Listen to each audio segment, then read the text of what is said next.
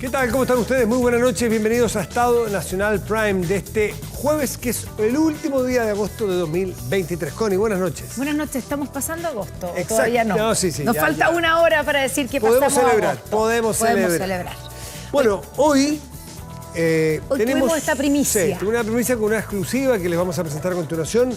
Una entrevista que hizo la Connie. Cuéntanos. Exactamente. Este es el informe, que es el primer informe que realiza la Contraloría sobre el caso y los convenios entre Democracia Viva y la Seremi de Antofagasta. Bueno, el informe lo tuvimos en exclusiva, ya está, digamos, a disposición. Y lo que encontró aquí la Contraloría, la verdad es que el informe es bien lapidario.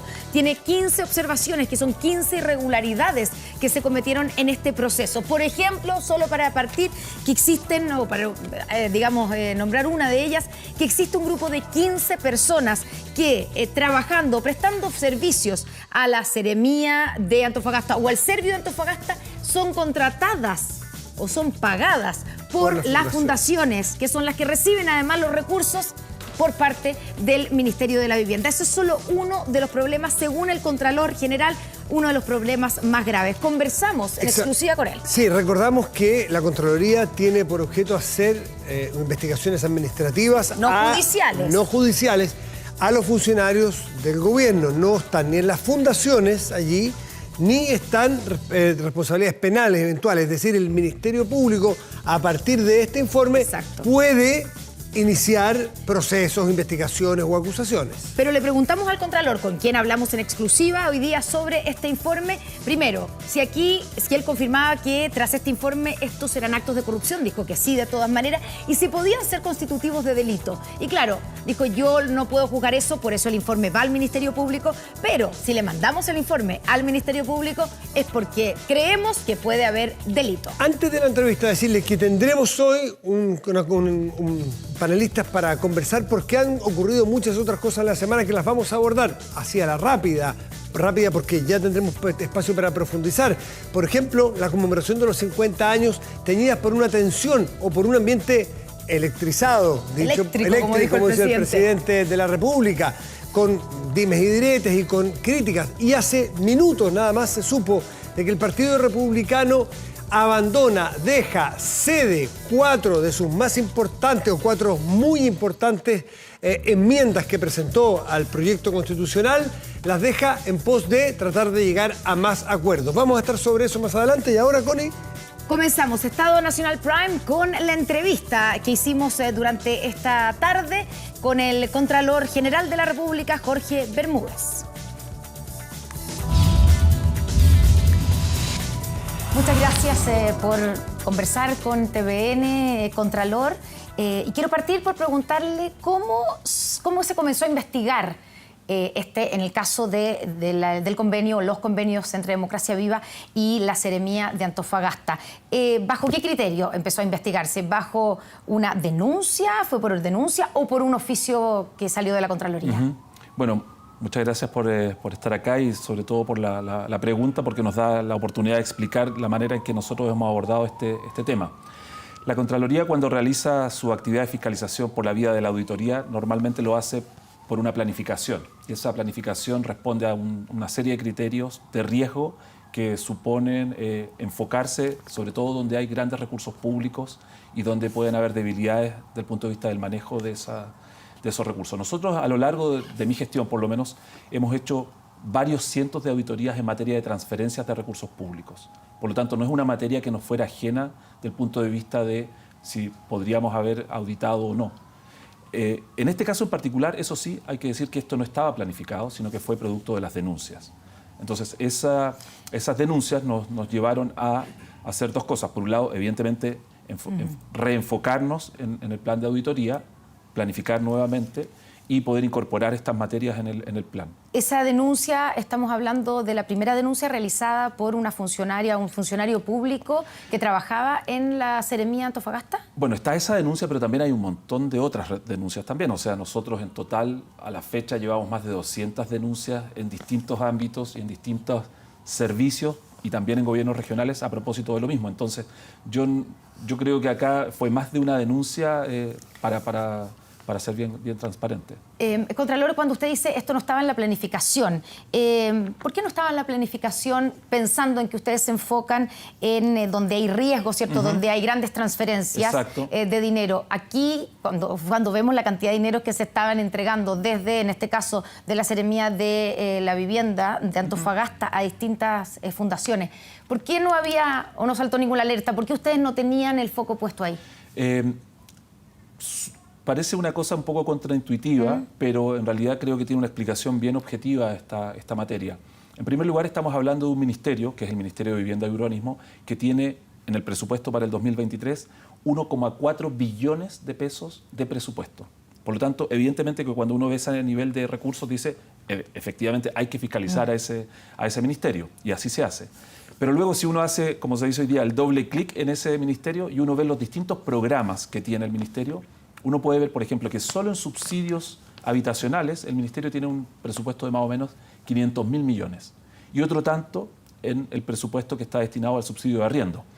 Y luego tiene un programa, u otros programas como este, el de asentamientos precarios, que es un programa que tiene 40.000 millones, 48.000 millones. Entonces, en el contexto, si usted dice, tengo unos recursos acotados, tengo que enfocarlos bien, evidentemente que la planificación lo que dice es, vamos a donde hay más recursos, que son los subsidios, no a un programa como este. Entonces, efectivamente, para mí, es muchísimo dinero, pero en términos del macro del Estado, uno ve que es un programa que no tiene tantos recursos como sí lo tienen otros programas. Y por lo tanto tenía menos riesgo. En el sentido de que eran menos recursos. Exacto. Y por lo tanto había que enfocarse en los otros. Contralor, para usted y tras conocer el informe de Democracia Viva, ¿el caso de Democracia Viva usted lo catalogaría como grave, muy grave, desde el punto de vista de las irregularidades administrativas? Bueno, ya llevo casi 8 años de Contralor, por lo tanto ya a esta altura a uno como que casi nada le parece tan grave porque al final hemos visto tantas cosas a lo largo de la gestión que en el fondo pareciera que uno empieza como a entender que estas cosas no lo asustan o no lo sorprenden. Pero lo que sí quiero decir es que en el fondo hay hallazgos que son muy relevantes. Son muy relevantes. ¿Relevante significa graves? Sí, ¿Muy graves? Sí, claro, son graves. Son graves sobre todo porque dan cuenta de algo que me parece que todo el Estado debería hacerse cargo, que es la debilidad institucional que existe en esta materia. O sea, no es casualidad que, bueno, nosotros lo habíamos venido diciendo en varias comisiones, pero no es casual, en varias comisiones parlamentarias, quiero decir, y a lo largo de varios años, pero no es casualidad que uno lo que ve acá, y uno de los hallazgos más graves que a mí me parece que uno encuentra aquí, aparte del tema de los recursos públicos, que ya son más de 400 millones que se habían transferido a esa fundación en particular, pero lo más grave que a mí me parece desde el punto de vista ya más sistémico es, por ejemplo, que hay 12 personas que trabajan en la Seremi de Vivienda y otras 3 que trabajan en el Serviu, en Antofagasta solamente, y que están contratadas por las propias fundaciones, no solo por Democracia Viva, sino que por otras también, pero que trabajan como si fueran funcionarios públicos. Es decir, personas pagadas por privados que trabajan en el servicio público, haciendo cosas como si fueran funcionarios públicos, con acceso a sistemas públicos pero que en realidad son personas contratadas por privados. ¿Ese diría usted que es el hallazgo más grave, esta especie de doble contratación? No, no es una doble contratación. ¿Por qué no es doble contratación si prestaban servicios para la Seremía y además estaban contratadas por la Fundación? No, es que la Seremía no las contrataba. ¿Pero prestaban servicios para ella? Trabajaban en la Seremía. ¿Bajo qué...? Como si fueran funcionarios, pero no eran funcionarios. Pero que no hay un contrato de por medio, no les pagaban, sino que le pagaba la Fundación. Le paga la Fundación. Entonces, ahí quiero que nos explique bien cómo funcionaba este modelo, digamos. Claro.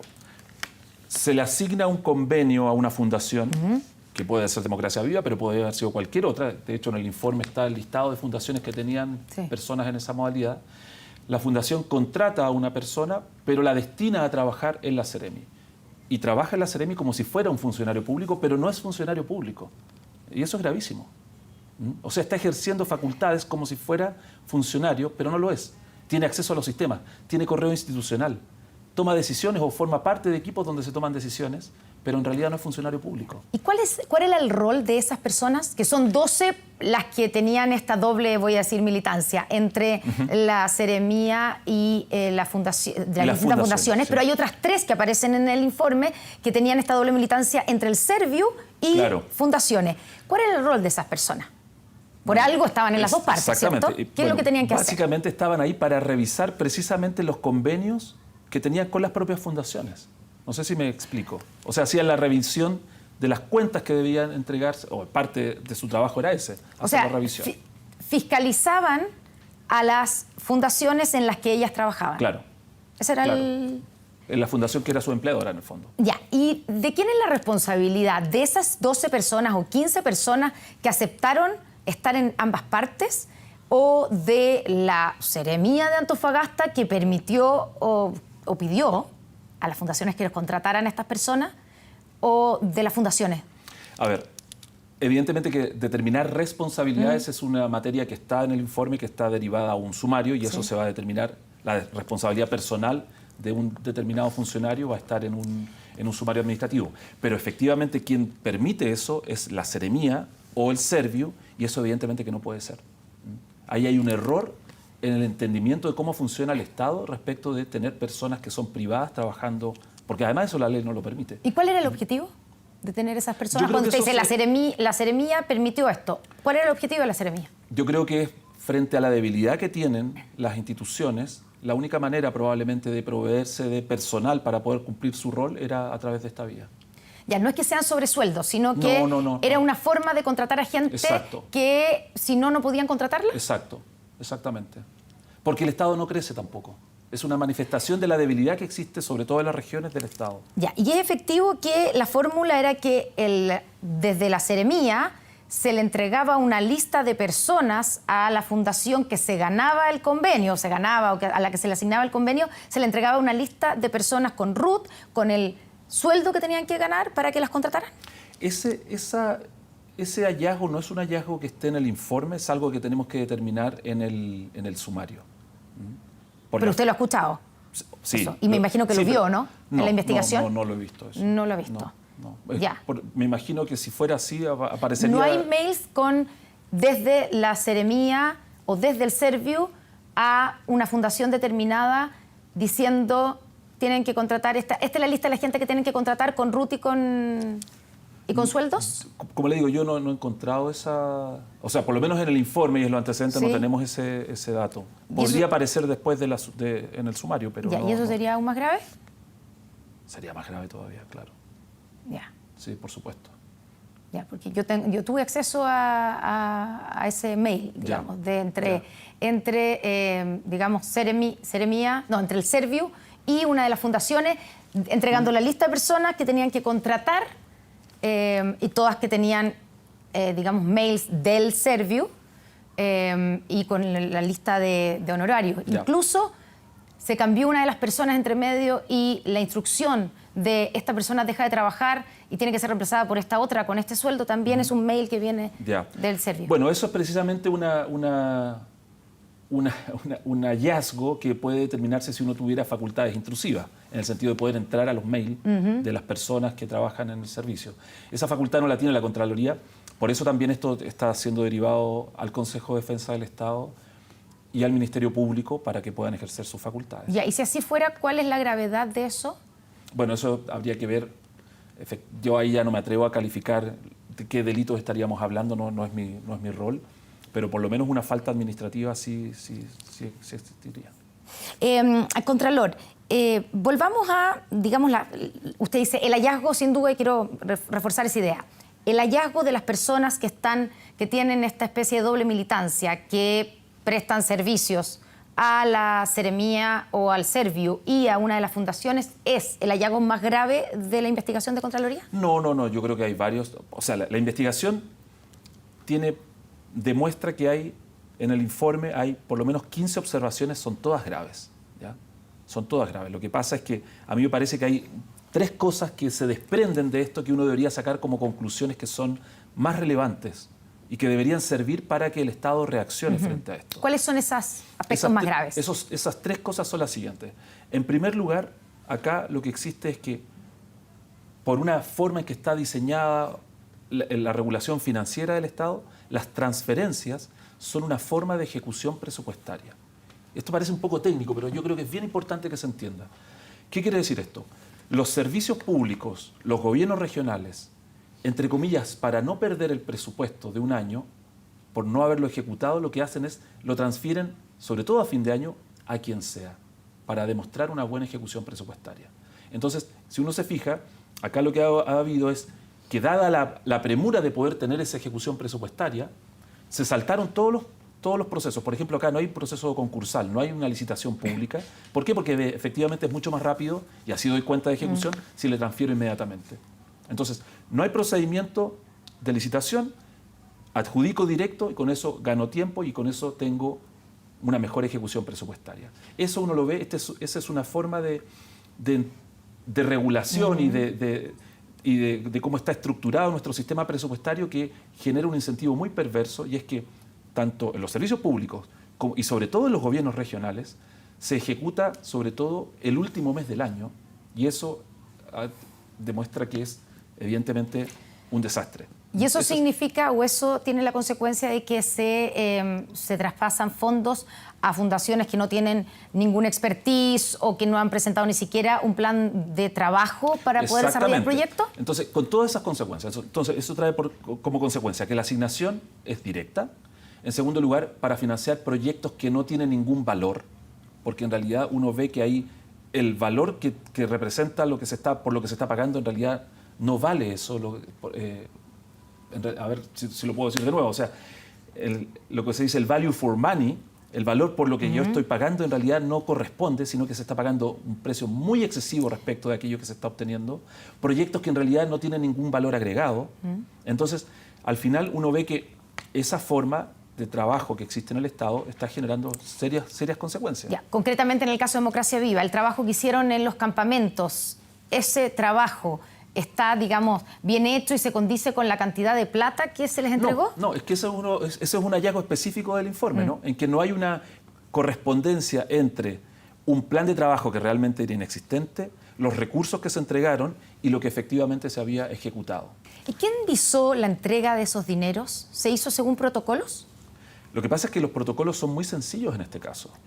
Entonces, sencillamente acá hay una línea de elaboración de un convenio que al final lo termina firmando el Ceremi o quien lo reemplace. O sea, no hay irregularidad en el traspaso de los fondos, en la forma en cómo se hace el traspaso. Y es que ahí está el segundo problema macro que uno ve acá, que es que no existe regulación en esta materia. Ese es el gran problema. ¿Qué rol jugó el Ceremi de Antofagasta en la elección de Democracia Viva para que fuera la elegida, entre comillas, para ejecutar este proyecto? Una cosa es el rol y otra cosa es si tiene responsabilidad o no, porque como dije, la responsabilidad se determina en un sumario administrativo que se va a llevar a cabo. Pero en el informe de lo que se da cuenta es que solicita que se incorporen 2 fundaciones podríamos decir, al listado de fundaciones que eran elegibles para poder financiar proyectos en el programa de asentamientos precarios. Entonces, esa es una incidencia directa que esta persona tiene, faltando a un deber de abstención que tiene. ¿Ya? Ahí es donde en el informe aparece que vulneró el principio de la probidad. ¿Por qué dice eso el informe? ¿Qué es lo que hizo o dejó de hacer el Ceremi Antofagasta? Para decirlo en términos bien concretos, cuando existe una razón por la cual una persona pueda tener una falta de objetividad, por ejemplo, si hay una amistad manifiesta o una enemistad manifiesta, si fuera un acto de contenido negativo, pero en este caso son positivos, si hay una relación de parentesco o si hay una relación de afinidad porque son amigos, en realidad ahí la ley, en términos generales, lo que establece es un deber de abstenerse. No puede participar en la toma de decisiones cuando hay una causal de abstención. Si eso no ocurre, es decir, si no me abstengo, lo que estoy haciendo es vulnerando el principio de probidad administrativa. Y eso es lo que hizo Carlos Contreras. Eso es lo que ocurrió, es lo que se determina en el informe. Ya, ¿y cuál era su, digamos, investigado por ustedes, cuál era su conflicto de interés? ¿Por qué se tenía que abstener? Bueno, es un hecho público y notorio de que tenía una amistad y de hecho y formaba parte del mismo partido político con uno de los representantes de la fundación. ¿Existía alguna justificación para que fuera Democracia Viva la fundación elegida para llevar a cabo este proyecto? No existía ninguna justificación. Es más, no hay una coincidencia entre el objeto del convenio, es decir, lo que se le encarga, a pesar de que era muy genérico, lo que se le encarga que tiene que hacer, y los estatutos de la fundación. De hecho, si uno se fija, ellos amplían el giro solo hacia fines del año pasado. Es decir, en impuestos internos solo en noviembre aparecen como susceptibles de realizar también obras o algún tipo de construcción. Entonces, no hay ninguna justificación para poder decir había que elegir a esta fundación. Y entonces la pregunta es, ¿por qué se elige a Democracia Viva para hacer este proyecto? Eso no lo sé. Contralor, ¿tiene alguna justificación el hecho de que se haya dividido uno de los proyectos? Hay 3 convenios, ¿cierto? 3 traspasos de fondo, pero hay 2 que llaman la atención, o sea, porque es un proyecto en un mismo campamento, pero en diferentes zonas, y se divide entre 200 millones de pesos uno y el otro 170 millones. Claro. ¿Hay alguna justificación para que ese proyecto haya sido dividido en 2? ¿O es simplemente para evadir el control de la Contraloría? Ese es el hecho objetivo. Aquí se dividen los convenios, en realidad era un solo campamento para hacer exactamente lo mismo a través de 3 convenios, con eso se elude la toma de razón, se elude el control. Hay que determinar ahora quién es responsable de eso y qué responsabilidad le cabe al haber hecho eso. Y eso va a ser también materia del sumario, o sea, hay que identificar ahora quién tomó esa decisión de dividir. No se sabe todavía. Bueno, uno puede intuir quién es, porque son las personas que firman los convenios, ¿no? Y ahí está el Seremi Antofagasta nuevamente. Claro, pero hay que determinarlo en el sumario. ¿Podemos decir que Democracia Viva se creó con el objetivo de beneficiarse de fondos del Estado? No sé, esa es una conclusión que sería difícil de poder sacar a partir del informe. No sé si Democracia Viva habrá participado de otros proyectos. Lo que sí sé, porque eso nosotros lo determinamos y está en los antecedentes, es que no coincide el objeto de Democracia Viva con aquello para lo cual fue contratada. Digamos, o qué tipo de responsabilidad podría tener el ministro de la Vivienda, Carlos Montes, en estas irregularidades y en todo lo que ocurrió en Democracia Viva y la Seremi Antofagasta? Bueno, nosotros lo que detectamos son observaciones que se concentran al nivel regional. Son observaciones que están determinadas a nivel regional y ahí está enfocada la auditoría y también en todas las seremías a nivel de todas las regiones. El informe no va hacia el nivel ministerial, ¿ya? No tiene observaciones respecto de la actuación del ministro o del ministerio en su conjunto, sí, porque en realidad es el ministerio en su conjunto. Lo que sí uno tiene que ver acá es que existe en general una falta de regulación. Una falta de regulación tanto a nivel legal como reglamentario. Quien tiene que impulsar esa regulación es el Ejecutivo, el Ejecutivo sectorial, que en este caso es el Ministerio. Porque ustedes hablan, en el informe se habla varias veces del nivel central. Sí. ¿Se refiere al Ministerio? Es el Ministerio, claro. O sea, el Ministerio tiene una responsabilidad en esta falta de control. Claro, lo que pasa, sí, efectivamente hay una responsabilidad en el sentido de tal vez no haber profundizado los controles que tienen que existir, por un lado, y no haber impulsado una regulación más intensa o más detallada en materia de transferencia. Hablando del ministro, el ministro de la Vivienda dijo el otro día que será muy difícil reintegrar, restituir los recursos entregados. ¿Usted piensa lo mismo? Absolutamente, yo creo que no hay ninguna posibilidad de recuperar esos recursos. ¿Por qué? Porque no hay garantías. Ese es el gran problema. No hay boletas de garantía. Claro, o la boleta o la garantía que fuera. Si la ley es bastante amplia en el sentido de que acepta muchos tipos de garantías. Con el informe en la mano, Contralor, ¿estamos en presencia de actos de corrupción? Claramente sí. No es además una calificación que yo solamente haya ocupado, sino que también la ha usado el propio ministro de Justicia y el presidente de la República. La estructura que se detalla en el informe, Contralor, ¿se podría haber replicado o se ha replicado y han encontrado que se ha replicado en otras regiones y con otras fundaciones? Si por estructura uno entiende asignación directa para proyectos que son muy genéricos, sin plan de trabajo, sin garantía, asignación a fin de año para mostrar que es ejecución presupuestaria, yo diría que son características todas que se repiten en algunas regiones. Me quedan 2 preguntas nomás, Contralor. Ya. Primero, ¿existe algún mea culpa, algo que pudo hacer la Contraloría que usted dirige para evitar este tipo de actos? Ya, esto yo lo relaciono un poco con lo que dije antes, ¿no? Yo creo que acá lo que ha fallado es el Estado en su conjunto y eso evidentemente que también incluye a la Contraloría, ¿ya? Y falla el Estado en su conjunto en primer lugar por la laxitud con que se ha tratado el tema de transferencias.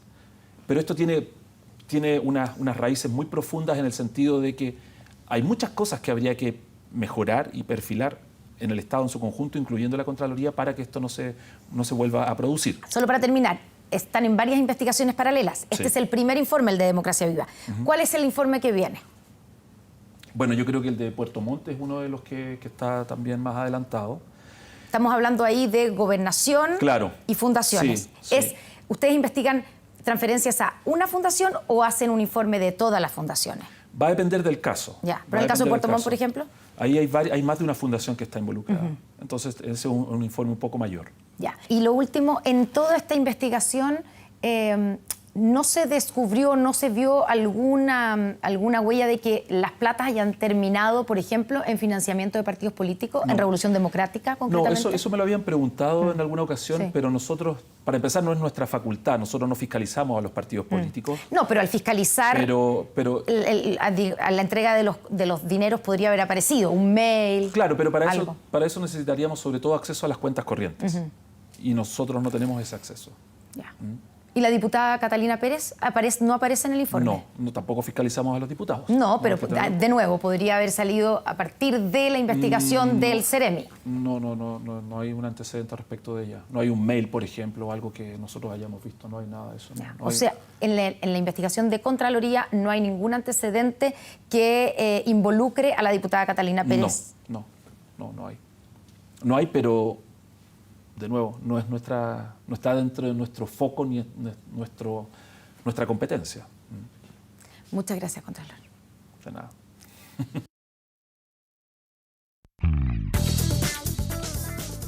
Si no puedes tener el control total de tu empresa desde cualquier parte y en línea, Kame ERP es para ti. Facturación electrónica, integración con bancos, flujo de caja, remuneraciones, todo en un solo lugar y mucho más.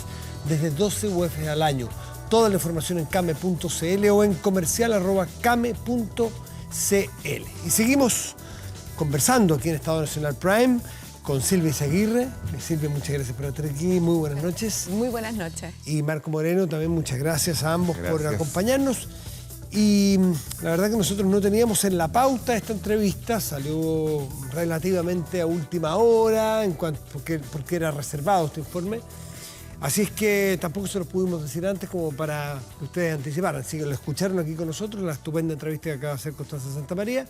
Si quieren agregar algo a los datos, estaban con mucha atención, todos viendo los datos que entregaba el Contralor, Silvia.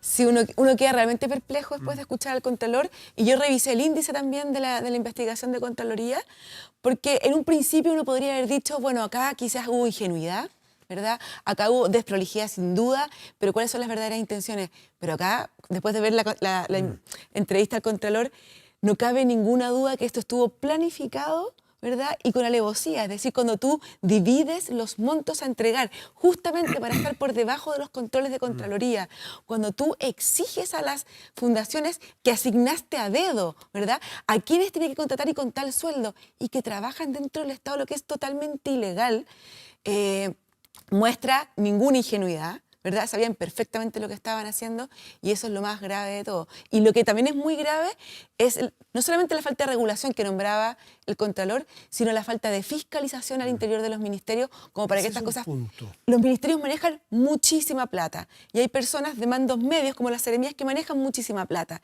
Y tú tienes como ministro, como subsecretario, ¿verdad? Sobre todo el subsecretario, que es el jefe El servicio. del servicio, tienes que tener un sistema de fiscalización muy, muy riguroso, porque estas cosas suceden.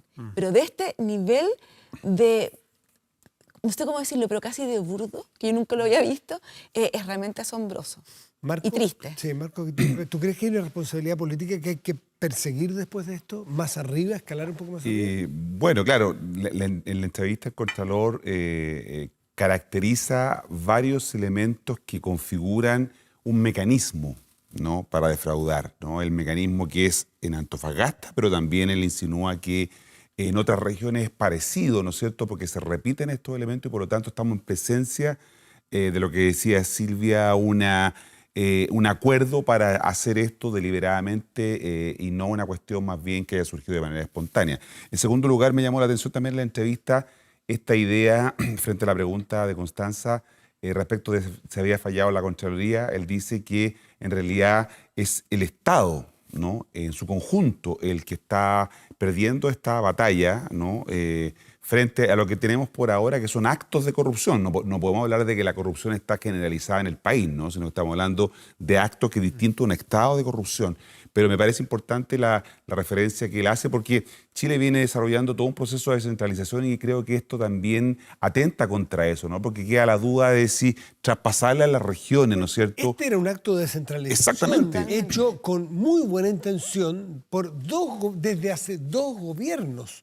O sea, esto parte con la presidenta Bachelet. Yo vi me acuerdo un decreto o un oficio firmado por la entonces ministra Zabal, con la intención absolutamente bien pensada de poder permitir que las seremías repartieran en buena lid y a personas adecuadas recursos de manera descentralizada, porque ellos conocían mejor a las personas que podían hacer los servicios y acelerar mucho más el traspaso de dinero, pero terminó en esto. Siempre la demanda de las regiones fue que había que transferir competencias a los gobiernos regionales, pero junto con competencia, recursos, porque no saco nada con transferirte competencia. Tú puedes hacer esto, pero no te transfiero los recursos. Aquí se hizo esto y evidentemente aquí yo le enseño a mis estudiantes de la universidad que Robert Kilgar, uno de los más expertos en temas de corrupción, dice que la corrupción es igual al monopolio más la discrecionalidad menos transparencia. Es decir,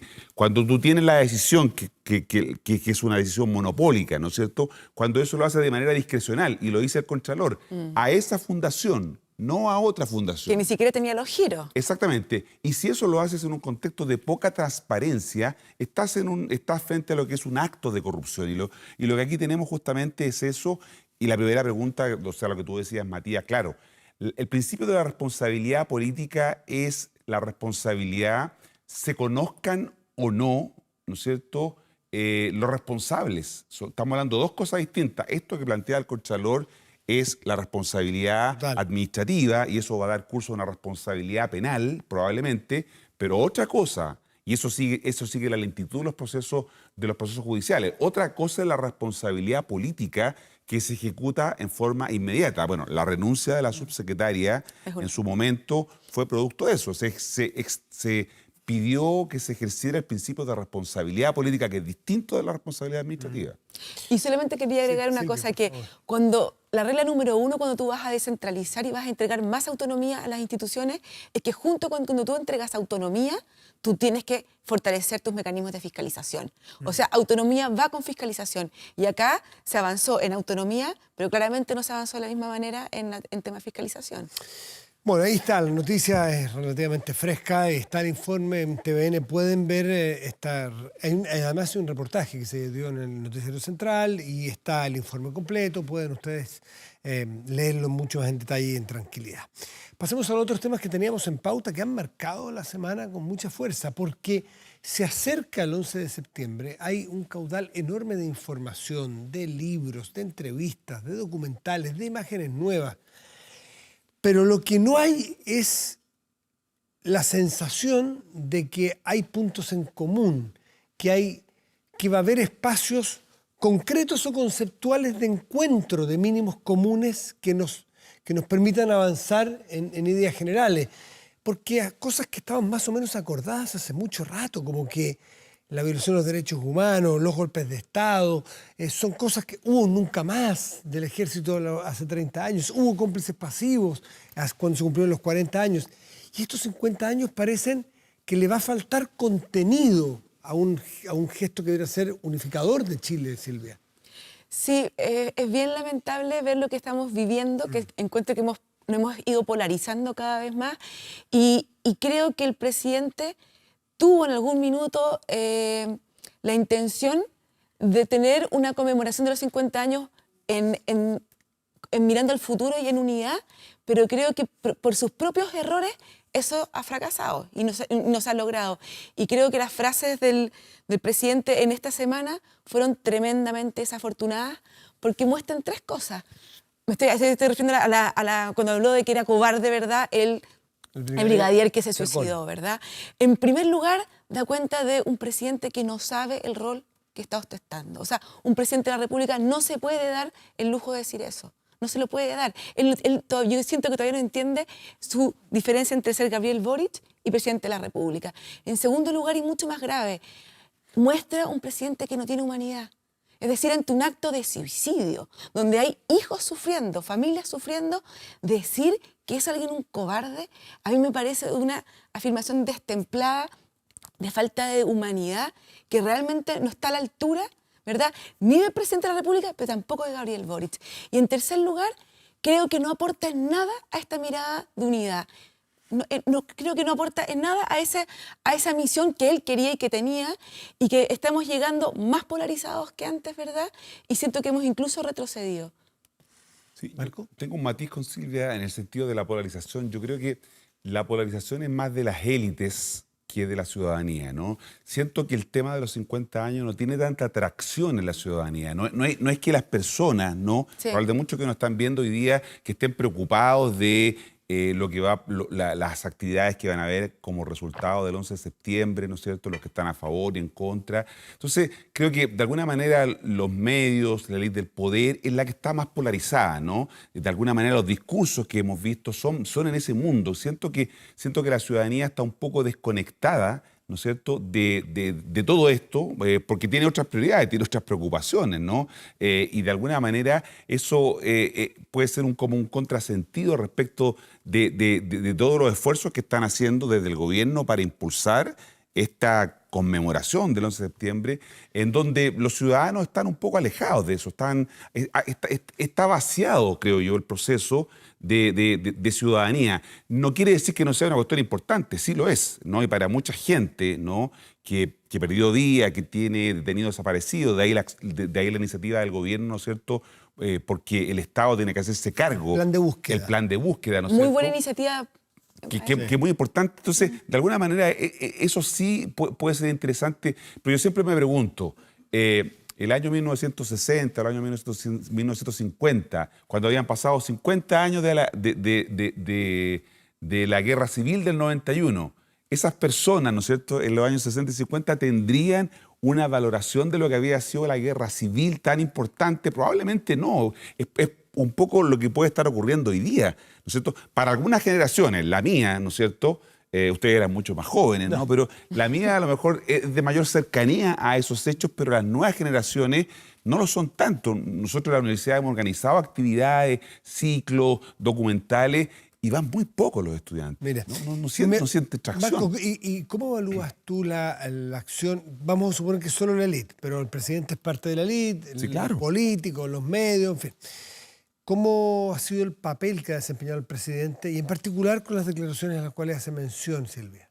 Claro, ahí había un error, creo yo, porque de alguna manera ha instalado un discurso que más bien conecta con una parte de la ciudadanía, ¿no? Una parte, y por lo tanto le habla a un determinado público. Yo creo que ahí es donde habría que haber moderado o modulado, como decía Silvia, un discurso para poder apuntar a lo que el propio presidente ha señalado, que esta debe ser una actividad que más bien genere, ¿no es cierto?, acuerdos, consenso, enseñanza respecto de lo que no se debe hacer, ¿no? Y en ese sentido creo que, claro, ha faltado una buena ecualización de lo que se dice, ¿no? Y no decir las cosas de manera improvisada. Ahí es donde hay un error. Lo mismo ocurrió, recuerden ustedes, cuando hizo la gira a Europa y estando en Europa, en España, el presidente dijo que iba a convocar a un gran acuerdo, ¿no? Que finalmente ese acuerdo hoy día está bien en entredicho. Yo no sé si hay agua en esa piscina para poder efectivamente llevar a que los partidos políticos firmen algún tipo de acuerdo. Lo veo bien complicado de aquí al 11, ¿no? Porque se dañó justamente eso, porque se anunció fuera de Chile, no con el acuerdo de todos los partidos políticos, y creo que eso es lo que faltó ahora. La improvisación en estos temas normalmente mata las buenas ideas, creo yo. Y no solamente eso, o sea, además de esa desafortunada declaración, duelo nacional por la muerte de Guillermo Tellier. Yo creo que Guillermo Tellier es una persona importante en la política chilena, una persona clave en el Partido Comunista, pero no nos olvidemos que Guillermo Tellier confesó él mismo que estuvo involucrado en el secuestro de un niño de 11 años. No, eso no fue tan así, según lo leí yo. Él confesó haber dado la orden en el caso del atentado a Augusto Pinochet. Donde murieron 5 carabineros, pero además en esa declaración dijo que haber estado... En el secuestro del niño él dice que se sorprendió y que dio la orden de que cambiaran el rumbo, que no se repitieran ese tipo de cosas. No estoy diciendo si estuvo o no estuvo. Ya. En la confesión, porque yo fui a leerlo, en Ya. la confesión que él hace es de lo de Augusto Pinochet. El otro se dice incluso sorprendido. Insisto, el tribunal Yo tendrá leí- que decir si es verdad o no, pero eso es lo que dice. Perfecto. Yo tenía un Ya. antecedente distinto donde decía que él había confesado, ¿verdad? O había dicho que estuvo involucrado en el secuestro de un niño de 11 años. Entonces, duelo nacional con una persona que divide al país, ¿verdad? No es que sea una persona de grandes consensos, también genera esa molestia, ¿verdad? Y lo último, cuando está inaugurando el plan de búsqueda, que es una tremenda iniciativa, creo que es muy valiosa hacerlo, y en el discurso, sacándole la cuenta que no están los presidentes de partido de la oposición cuando ellos mismos dicen que no recibieron la invitación. Cuando uno está en el gobierno y quiere que un presidente de partido vaya a una iniciativa de gobierno, no le manda un mail. No manda un mail al mail institucional. Uno manda un WhatsApp, uno llama por teléfono y se asegura que la persona vaya. Y eso no ocurrió. Entonces, siento que esos tipos de ¿Hay gestos... voluntad de hacer algo todos juntos, sienten ustedes? ¿O hay sencillamente el problema ha sido la improvisación? Porque si hay improvisación, pero había voluntad, es un error. Pero más grave, y eso creo que ustedes lo señalen, si es que había o no voluntad, o quieren hacer de estas 50 años sencillamente la celebración de una parte de los chilenos. ¿Qué creen? A mí me da la impresión de que para los 30 años había más voluntad, curiosamente, ¿no? Yo me acuerdo que había mayor disposición, hubo mucho más acuerdo de hacer cosas, ¿no? Estaba gobernando Piñera y antes había estado Bachelet. De alguna manera creo que ahí había mucho más disposición de las élites, ¿no es cierto?, a reconocer esto que había ocurrido. En cambio, ahora con los 50 años siento que no ha habido tanto acuerdo y más bien todo esto ha sido visto desde una perspectiva identitaria, ¿no? Es una identidad y en esta disputa de identidades, ¿no? Lo que tenemos es que no hay mayor acuerdo para llevar adelante una cuestión que convoque a todos los sectores. Y creo que también la improvisación juega en contra de eso, ¿no? Cuando tú no planeas, esto es como un tejido, tú tienes que tejerlo lentamente, claro. Te va a tomar tiempo. Línea por línea. Línea por línea. En cambio ahora, cuando tú lo haces demasiado a la rápida, es muy difícil que esto pueda funcionar. ¿Pero cómo la rápida? Si hay un año Pero y medio. haber nombrado a Patricio Fernández como el coordinador, no sé si ese era el título, pero era el coordinador de los 50 años, es un gesto súper claro de que el presidente apuntaba a una conmemoración de unidad, ¿verdad? Y fue precisamente, y yo creo que lamentablemente no fue acompañado por su sector, ¿verdad?, en esa decisión. Y sale Patricio Fernández, finalmente sale fuera, ¿verdad? Y siento que en ese momento se abandona esta idea de lograr una cierta unidad, porque podemos tener diferencias también en muchos aspectos, pero como dices tú, ¿cuáles son esos mínimos que tenemos que cuidar que tienen que ver con el valor de la democracia, los derechos humanos, la dignidad de los seres humanos, ¿verdad? Y encontrarnos en circunstancias donde estamos pasando además por malos momentos. Tenemos problemas con la delincuencia, tenemos momentos económicos difíciles, ¿verdad? Tenemos momentos políticos difíciles. Entonces, qué bien nos haría, ¿verdad?, tener un momento de encuentro respecto de ciertos mínimos comunes que son bastante fáciles de acordar, yo creo. Se pierde una oportunidad importante para hacer, porque se están llevando adelante decisiones o se están produciendo, o se tienen que producir decisiones muy relevantes en materias de reforma, en materias constitucionales. Son cosas bien trascendentales que si no hay ambiente de calma y de mirar las cosas con un poquito más de altura y de unión, pueden fracasar. Y eso puede ser muy complejo para el propio gobierno. Por supuesto. Y creo que tiene que ver con el tema de las expectativas. De repente cuando tú colocas demasiado foco en las expectativas y genera demasiado expectativas respecto de algo, termina ocurriendo esto, ¿no? Probablemente mucha gente quiere que llegue rápido el día 11 y que pase rápido el día 11, de tal manera que esto no vaya a generar mayor inconveniente. El gobierno también está complicado, la aprobación del despacho en el Congreso de la ley de usurpación está generando ruido. Se le abre una ventana de oportunidad de todas maneras al gobierno con estos 30 días que tiene para introducir el veto. Va a tener que decir qué tipo de veto el que va a introducir. 30 días que le podrían permitir de alguna manera buscar una negociación, porque la oposición tampoco tiene los 2/3 para reponer las indicaciones que al oficialismo no le gustan. Entonces, yo creo que ahí hay un espacio para hacer esto que se podría ver frustrado, eso sí, por el actual clima, ¿no? El clima donde estamos viendo enfrentamientos, esto que Silvia decía que era la polarización, y yo digo que es una polarización, pero de la élite, del poder, ¿no? Que de alguna manera dificultan los entendimientos. Y para el gobierno es complicado porque está recomponiendo su relación con la oposición. ¿La está recomponiendo, Silvia? No sé si lo está logrando, por lo menos, pero sí creo que tiene tremendos desafíos en materia de pensiones, por lo pronto, ¿verdad? En materia fiscal, llegar a acuerdos. Y para llegar a acuerdos, primero tiene que alinear a los propios del sector. Y vimos ahora con la votación, ¿verdad?, del proyecto de ley de usurpaciones, que fue el propio sector que votó junto con la oposición. Y no logró, ¿verdad?, los votos suficientes para poder aprobar el proyecto como el gobierno quería. Y es una oportunidad para el gobierno el vetar una parte, no es vetar toda la ley de usurpación, sino que una parte, que es la defensa privilegiada, la defensa personal, no me falta un término, pero Privilegio. es un poco la defensa personal o ¿cómo se llama? Cuando uno tiene la autodefensa, no se llama exactamente así el término. Tomar la justicia por las propias manos. Exactamente. Ahí hay un veto que quiere introducir el gobierno, todavía no sé, que ahí depende de qué tipo de veto quiera hacer, que el ministro no ha querido señalar cuál es la estrategia del gobierno. Porque tiene 30 días para Pero hacerlo. los parlamentarios sostienen que puede ser un autogol para el gobierno eso también, porque si ve que hay mayoría en el Congreso y veta, en el Congreso muchas veces los parlamentarios lo apoyan, no necesariamente porque les guste ideológicamente o no, sino porque ven que las subvotantes en los territorios les gusta una ley como esta. Entonces el gobierno puede aparecer contrario a una ley que le gusta a la gente. Por eso, y de ahí la oposición puede construir un frame, un marco, ¿no es cierto?, en donde diga el gobierno se opone a las tomas, ¿no es cierto? Por eso introduce el veto. Es muy fácil introducir ese encuadre del punto de vista de la comunicación política, ¿no? Y hoy día todo comunica. Y efectivamente, como dice Matías, hay mucha gente que considera esto como una opción para enfrentar un problema estructural.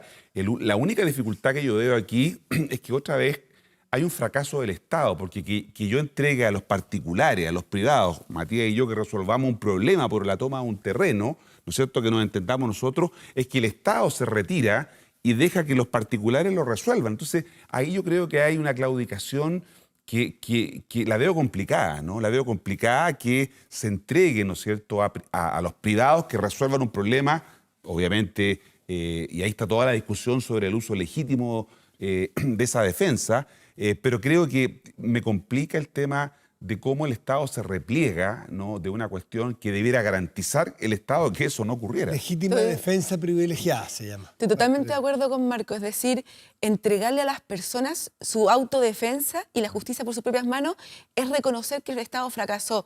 Pero esto no sale de la nada, es que en la realidad eso ha ocurrido. Es verdad, hoy día existen tomas y existen dictámenes de la justicia que ordenan al Estado a desalojar ciertos terrenos tomados y los carabineros o las fuerzas de fuerzas, ¿cómo se dice? Fuerza pública no los ha desalojado. Sí, y las personas sufren eso. Entonces, cuando te dicen a ti, ok, el Estado no te va a ayudar a cumplir la pega, pero tú tampoco lo puedes ayudar hacer. porque lo que dice la ley de usurpación no es que le deja a los dueños de los predios, oiga, ustedes desalojen sus predios, es que la flagrancia de la ley actual, que hasta 48 horas se extiende, permanente. Pero es permanente, pero no para que... Es permanente mientras dure la ocupación, pero no es para que los dueños de los predios desalojen. Ellos pueden ir después de esas 48 horas e ir a Carabineros o a pedir que lo ayuden a desalojar. Pero claro, no se trata que se abandona. Pero hay que un vacío. Hay un queda vacío, como, también sí, creo. como que pueden ir a pedir que lo ayuden a desalojar. Yo podría interpretar como que yo puedo hacerlo. Entonces, eso es lo complicado. Claro, también se toca un tema sensible, como dice Silvia, porque el derecho a la propiedad es un derecho que es fundamental, ¿no? El diputado Milei en Argentina, candidato presidencial, dice que el único derecho que tienen las personas es sobre la propiedad y en el caso de lo que es extrema es la propiedad del cuerpo. Por lo tanto, yo puedo vender mis órganos porque soy dueño de mi cuerpo, ¿no? Eso es lo que exageradamente plantea Milei. Aquí, bueno, el derecho a la propiedad también tenemos que ser capaces de garantizarlo, porque efectivamente mucha gente que puede estar viéndonos ahora y que tiene su casa tomada, que tiene terrenos, ¿no es cierto?, que están ocupados de manera irregular, o incluso que arrendatarios siguen estando ahí en forma inadecuada, claro, le debe generar mucha molestia esta situación. Vamos a hacer una pausa, ¿les parece? ¿Aumenta la delincuencia? ¿Cree usted? Bueno, no grave robos, evítelos con TPY, la empresa líder en seguridad preventiva con monitoreo de cámaras de seguridad y audio disuasivo en tiempo real. TPY protege 24/7 su empresa y también su hogar. No sea usted la próxima víctima y contrátelos en tpy.cl. Hacemos una pausa y volvemos. Espérenos.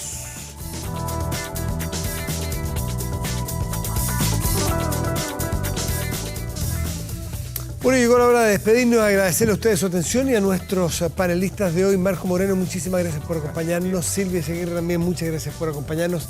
A analizar un poco la semana cargadísimas, dicho por el presidente, muy eléctrico todo lo que está pasando en el ambiente. Pero la próxima es la semana del 11 directamente y ya vamos a ver los actos conmemorativos, probablemente visitas internacionales que lleguen y vamos a tener más espacio para conversar. Muchísimas gracias a ustedes. Muchas gracias. Con ustedes nos reencontramos el domingo aquí en Estado Nacional. Muy buenas noches y gracias por venir.